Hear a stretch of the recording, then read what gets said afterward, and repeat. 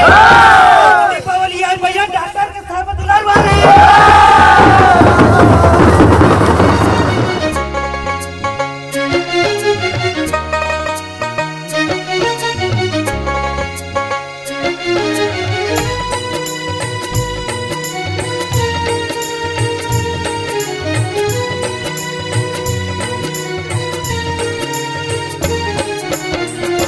चलो गोवंश को अपने बचाने की कसम ले लें, चलो गोवंश को अपने बचाने की कसम ले लें। ओम यं ब्रह्म वेदान्तविदो वदन्ति परं प्रधानं पुरुषं तथान्ये विश्वोद्गतेः कारणमीश्वरं वा तस्मै नमो विघ्नविनाशनाय।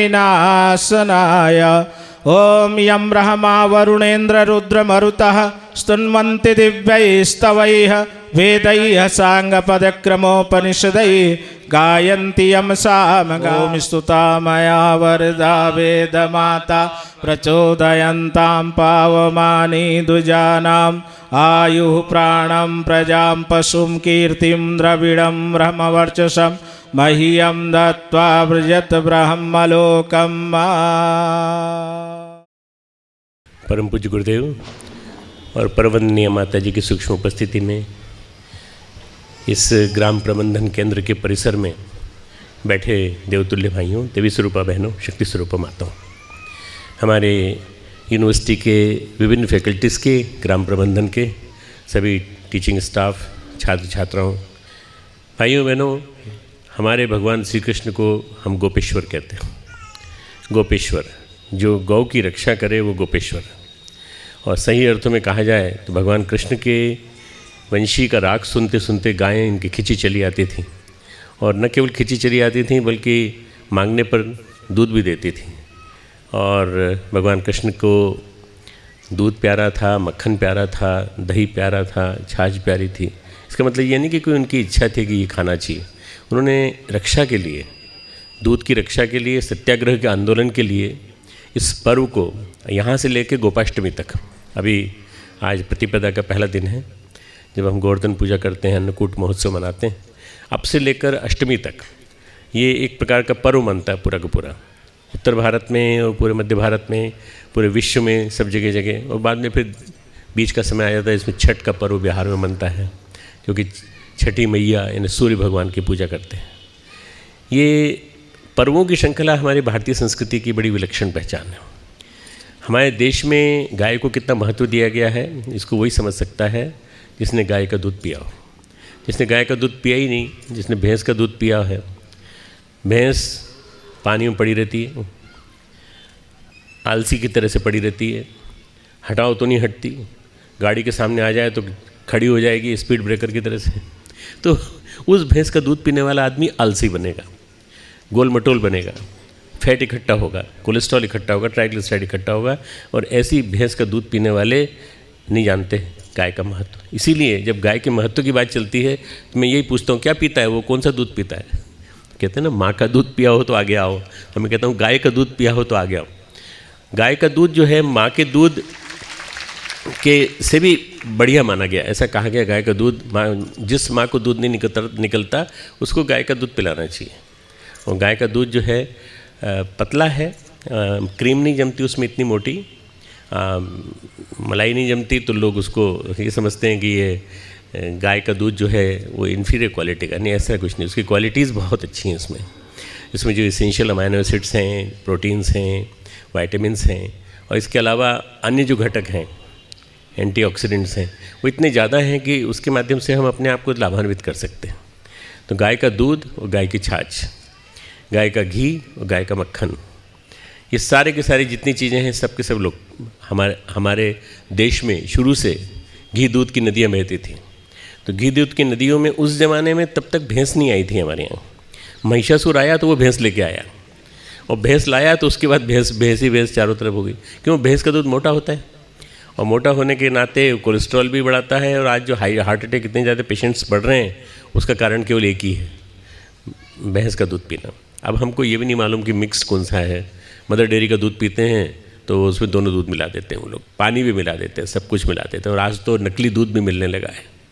ऐसा कुछ हो गया है कि दूध बाहर का पीने का मन नहीं इसलिए करता क्योंकि मालूम नहीं उसमें यूरिया मिला है कि क्या मिला है। जबकि असली दूध जो है जब गाय का पीने का मौका मिलेगा तो पता चले।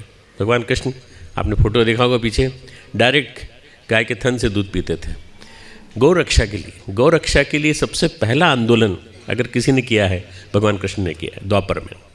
और द्वापर में उन्होंने जो आंदोलन किया उसके बाद उन्होंने बता दिया कि हम कंस से लड़ सकते हैं जब तो तुम अपने अंदर के राक्षस से और बाहर के इन राक्षसों से जो गौ माता का हनन करते हैं, गौ माता को ले जाते हैं, अपहरण करके ले जाते हैं और गौ माता का मांस कीमती बिकता है बहुत ज़्यादा।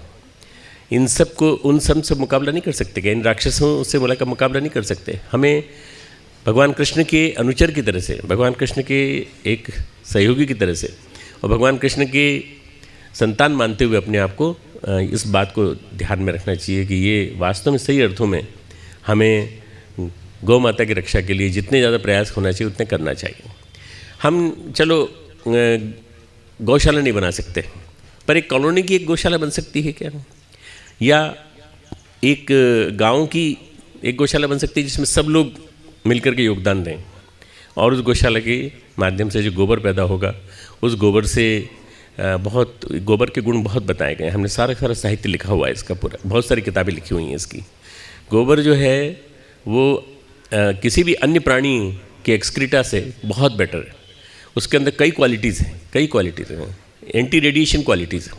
मान लीजिए कल परमाणु युद्ध छिड़ गया, भगवान करे ना छिड़े, छिड़ेगा भी नहीं क्योंकि देश बिल्कुल ऐसी स्थिति में, संतुलित स्थिति में विश्व आ गया है कि there can not be any war, आप कोई युद्ध नहीं छिड़ सकता। पर अगर मान लीजिए ऐसे कोई रेडिएशन बढ़ता है, कहीं रेडिएशन फूट जाता है कहीं पे, तो ये रक्षा केवल गोबर ही करेगा और कुछ नहीं करेगा। गोबर के टाइल्स बनना चालू हो रहे हैं, गोबर के टाइल्स से मकान बन रहे हैं। और अभी तो मैंने देखा ये दोनों भगवान जो बैठे हुए हैं, हमारे गोवर्धन भगवान, इनके दोनों मकान बने हुए, दोनों के एक मकान बना हुआ है, हट बनी हुई है। एक हट उधर बनी है, एक हट इधर बनी है। मैंने कहा ये बढ़िया है, इनके हट बना करके बता दिया कि गोबर की हट बनानी चाहिए भाई। मुझे ऐसा लगता है कि हमारा शांतिकुंज का देव संस्कृति विश्वविद्यालय का ग्राम प्रबंधन विभाग इस मामले में इसने बहुत क्रांतिकारी काम किया है। गौमूत्र से विभिन्न प्रकार की औषधियाँ बनती हैं, गौ दुग्ध से बनती है, पंचगव्य के माध्यम से बनती है, 5 जो उसके उत्पाद हैं उनके माध्यम से। और ये औषधियाँ आज जो लाइफस्टाइल डिसऑर्डर्स हो रहे हैं, जितने बीमारियाँ बढ़ रही हैं, क्योंकि बीमारियों को ठीक करने का हमारे पास कोई समाधान नहीं है। लाइफस्टाइल गड़बड़ा गई है, नींद गड़बड़ा गई है, रात को नींद आती नहीं देर तक। अगर आप वास्तव में गो उत्पादों का सेवन करेंगे तो आपकी नींद भी रेगुलर हो जाएगी, स्वास्थ्य भी रेगुलर हो जाएगा। और सही अर्थों में कहा जाए तो गौ माता हमारे समग्र स्वास्थ्य की रक्षा करती है। गौ माता के अंग अंग में, प्रत्यंग में देवी देवता का निवास है। ऐसे कहा जाता है कि जीवन भर देती रहती है, जीवन भर। इसका सींग जो है जब ये चली जाती है, स्वर्गारोहण हो जाता है इसका, तो इसको ज़मीन में गाड़ देते हैं और 10 बाय 10 का जो एक गड्ढा बनाया जाता है उस गड्ढे में उसको गाड़ देते हैं। और उसके बाद फिर करीब 1 महीने बाद वो निकालते हैं तो खाद बन जाती है, पूरी बॉडी उसकी खाद बन जाती है। और वो खाद एक पूरा 1 हेक्टेयर फॉर्म उसके लिए, खेत के लिए सफिशेंट, वो इतनी उपजाऊ खाद है कि उस खाद की कोई तुलना नहीं कर सकता। मनुष्य ऐसा है जो ज़िंदगी भर सबको दुख देता रहता है और मरने के बाद तो और दुख दे जाता है। न जाने कितने कर्जा छोड़ जाता है, न जाने कितनी परेशानियाँ छोड़ जाता है, दुख छोड़ जाता है, अपनी मेमोरीज छोड़ जाता है, बिटर मेमोरीज। मनुष्य से बेटर है गाय, गौ माता। अन्य सब पशुओं से भी सबसे ज़्यादा श्रेष्ठ है गौ माता। तो इस गौ माता की रक्षा करना चाहिए हमको। कैसे कर सकते हैं रक्षा? मैं बड़ी बड़ी गौशालाएँ देख के आया हूँ, करीब 1.5 लाख गायें हैं पथमेड़ा में, सांचौर ज़िले में, इसकी बॉर्डर पर, पाकिस्तान और गुजरात की बॉर्डर पर बहुत सुंदर गौशाला बनी, बहुत ही बढ़िया, मेंटेन, वेल मेंटेन। एक ICU है, गौ माता का ICU। आपने कभी सुना भी नहीं होगा कि वहाँ पर वेन में इंजेक्शन लगाया जाता है और उनकी गौ माता के स्वास्थ्य का ध्यान रखा जाता है। सारे देश के कोने कोने से लोग आते हैं, अपनी गायों को छोड़ जाते हैं, गाय स्वस्थ हो जाती हैं, फिर ले जाते हैं उनको। वहाँ सिखाया जाता है कि कैसे गौमूत्र से, गोबर से अपने घर के लिए भी उपार्जन आप कर सकते हैं, आप स्वास्थ्य भी बना सकते हैं और स्वास्थ्य बनाने के अलावा अपने जीवन को सही बना सकते हैं। तो मैं समझता हूँ कि हमें आज के दिन, आज गोवर्धन पर्व के दिन भगवान कृष्ण की उस कहानी तक सीमित नहीं रहना चाहिए जिसमें उनने उंगली, छोटी उंगली, इस छोटी उंगली से उठाया था गोवर्धन ने। ये अवतार की श्रेष्ठता बताता है। अवतार जो है छोटी उंगली पर भी गोवर्धन पर्वत उठा करके इंद्र को चुनौती दे सकता है। कृष्ण जो है, कृष्ण का मतलब है आकर्षण, खींचना, ऊपर खींचना। कृष्ण चाहते थे सब ऊपर खींचें, इंद्र नहीं चाहता था, इंद्र चाहता था उनको डुबोना। इंद्र के अहंकार को भगवान कृष्ण सहन नहीं कर सकते। गीता में कहते हैं, बार बार कहते हैं, मुझे देश द्वेष और अहंकार प्रिय नहीं है, न मुझे अहंकार प्रिय है न द्वेष प्रिय है, ईर्ष्या प्रिय है, मुझे दोनों प्रिय नहीं। जो करेगा मैं उसको नष्ट कर दूंगा। तो उन्होंने कंस को तो बाद में मारा, पहले इंद्र को समाप्त किया उन्होंने, इंद्र को, वरुण देवता को, इनके अहंकार को समाप्त किया उन्होंने। किसके माध्यम से? गोवर्धन उठाने के माध्यम। पर इस कहानी तक सीमित नहीं हो जाता। गोवर्धन पर्वत आज भी है, उसकी परिक्रमा भी लगाई जाती है, सब कुछ किया जाता है। पर सबसे बड़ी बात यह है कि गोवर्धन के साथ साथ हम गोबर धन, गोबर रूपी धन की महत्ता को पहचानें। गोबर एक वास्तव में सही अर्थों में औषधि है, समग्र औषधि है। हमारे यहाँ जितनी औषधि बनती है आप जाके देखिएगा, ग्राम प्रबंधन में हम इस विभाग को और ज़्यादा विस्तार देंगे। अब इस साल से हमने रूरल डेवलपमेंट में और धर्म विज्ञान में दोनों में 1-1 साल का डिप्लोमा स्टार्ट किया है। 6-6 महीने के सर्टिफिकेट कोर्सेज थे, अब 1-1 साल का भी कर दिया है, ताकि इससे ट्रेन होकर लोग निकलें और घर घर जा कर के, गाँव जा कर के स्थापित करें गाँव की अर्थव्यवस्था, इस पूरी ग्रामीण अर्थव्यवस्था का मेरुदंड गौशाला है। यदि गौशाला को यदि आपने उसको बना दिया, वर्टिबल कॉलम ये है हमारा, इसके माध्यम से हम रक्षा कर सकते हैं पूरे अपने गांव की अर्थव्यवस्था पूरी संचालित हो सकती है, सब कुछ बचाया जा सकता है। और हम तो ये जानते हैं बस केवल भगवान कृष्ण जो है मक्खन खाते थे, बस मक्खन, यहाँ मक्खन लगाया जाता है उनके। लाला को हम झुलाते हैं, लाला को झुलाना आता है आपको। पर लाला के झुलाने के साथ साथ सबसे बड़ा दर्शन ये है कि लाला मक्खन भी खाता है, तो आप मक्खन खा जाते हो उसका, और आप मक्खन खा जाते हो, परंतु ये नहीं सोचते कि मक्खन का मतलब क्या है। मक्खन का मतलब है अपने अंदर को, अपने अंतर जगत में संवेदना जगाना, भाव संवेदना जगाना।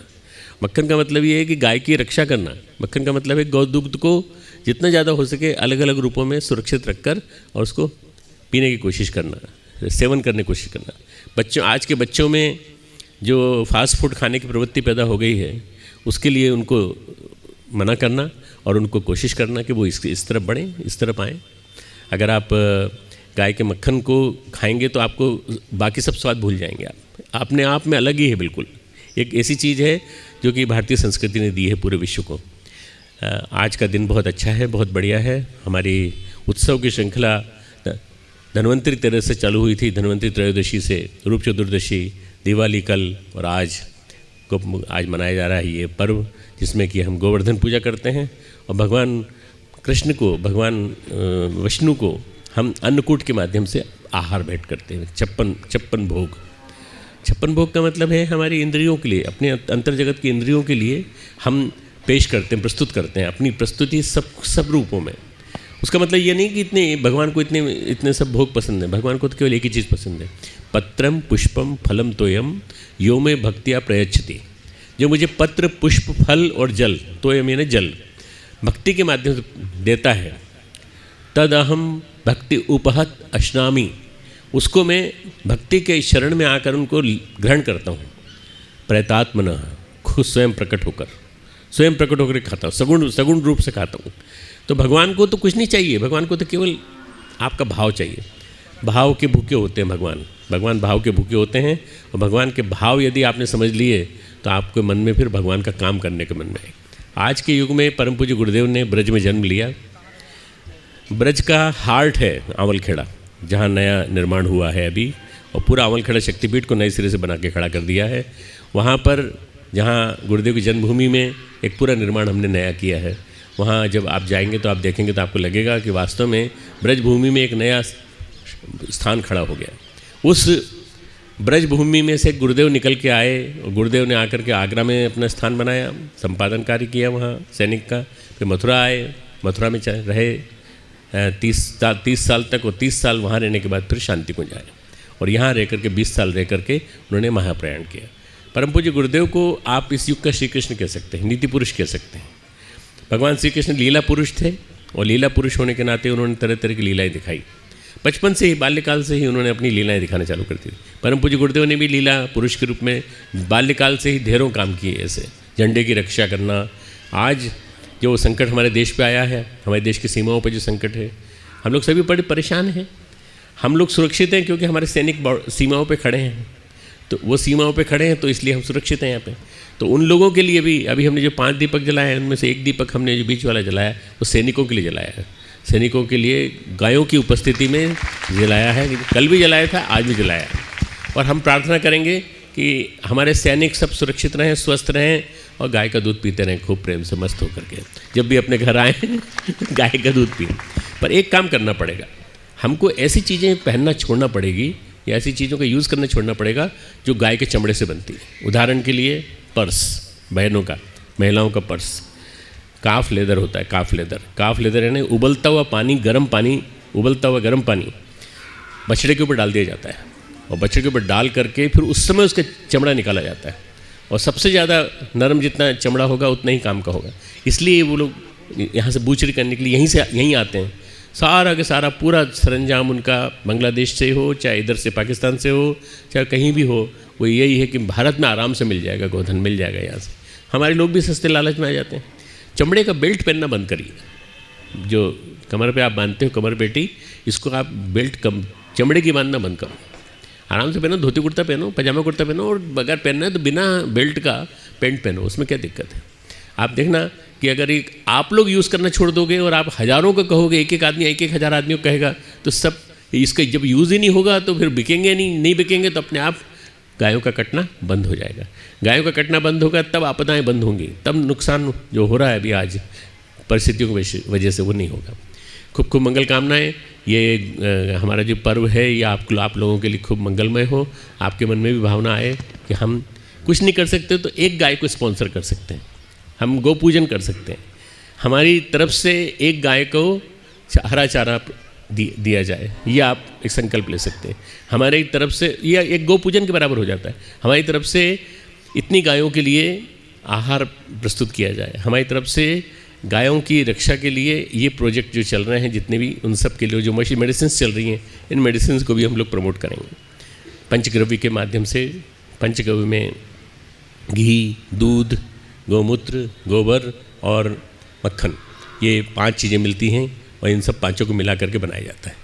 और कई बार गौमूत्र का नाम आते लोग बड़े परेशान हो जाते हैं, कैसे जाएंगे, कैसे मुंह में जाएगा। क्यों नहीं जाएगा भाई, माँ है, गाय माँ है, आपकी माँ से भी बड़ी माँ है। जब माँ नहीं देती दूध तो फिर गाय संभालती है हमको, हम क्यों नहीं ले सकते। औषधि है, कड़वी दवा तो ले लेते हो पर वो गोबर खाते नहीं बनता। गोबर, थोड़ा सा गोबर, जरा सा गोबर पड़ा हुआ है अंश मात्र में, और वो गोबर जो है औषधि की कब काम करता है, पूरी की पूरी बॉडी को क्लीन कर देता है। मैं उदाहरण देता हूँ, इसको स्किन डिसऑर्डर हुआ, ये नारायण जो है इसको स्किन डिसऑर्डर हुआ, और मैंने इससे केवल इतना ही कहा कि तो गौशाला में सेवा करता रहे, काम करता रहे, तेरी सारी तकलीफ ठीक हो जाएगी। इसका सारी स्किन डिजीज चली गई, कोई दवा की जरूरत नहीं पड़ी, अपने आप ही ठीक हो गया पूरे को। बड़ी गंभीर थी, इसकी जो पूरी स्किन से झड़ जाती थी, स्किन निकलती थी पूरी। इसकी बिटिया ने पूरे के पूरे हमारे विद्यापीठ में 95% मार्क्स लाके टॉप किया 12th। और अब वो लेडी श्रीराम कॉलेज में, एक ही बिटिया है, लेडी श्रीराम कॉलेज में पढ़ रही है, और सबके बीच में चुनौतियाँ देते हुए पढ़ती है कि एक ग्रामीण गांव से निकली हुई एक गरीब परिवार की बच्ची भी पढ़ सकती है। और मैंने उसके लिए सारी व्यवस्था करवाई। मैंने कहा कि शांतिकुंज से सारी व्यवस्था। तो ये नारायण इसका उदाहरण है जीता जागता, कि अगर गाय की सेवा करोगे तो मेवा मिलेगा, सेवा करोगे तो मेवा मिलेगा। आप लोग भी करिए गाय की सेवा, विभिन्न रूपों में कर सकते। खूब खूब मंगल कामना।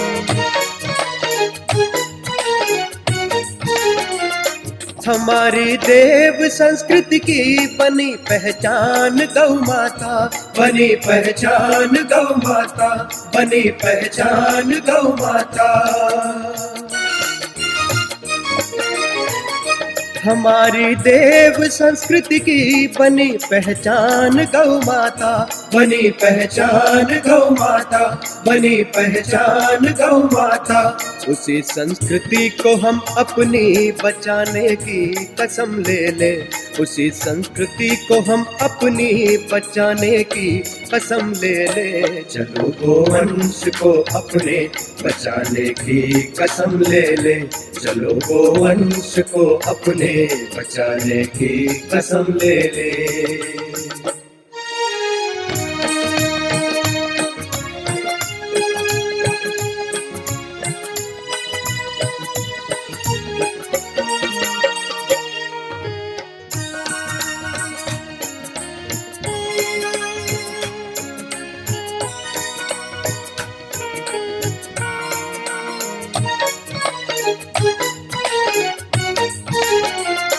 गौ गंगा व गायत्री सभी तो मुक्तिदाता है, सभी तो मुक्तिदाता है, सभी तो मुक्तिदाता है।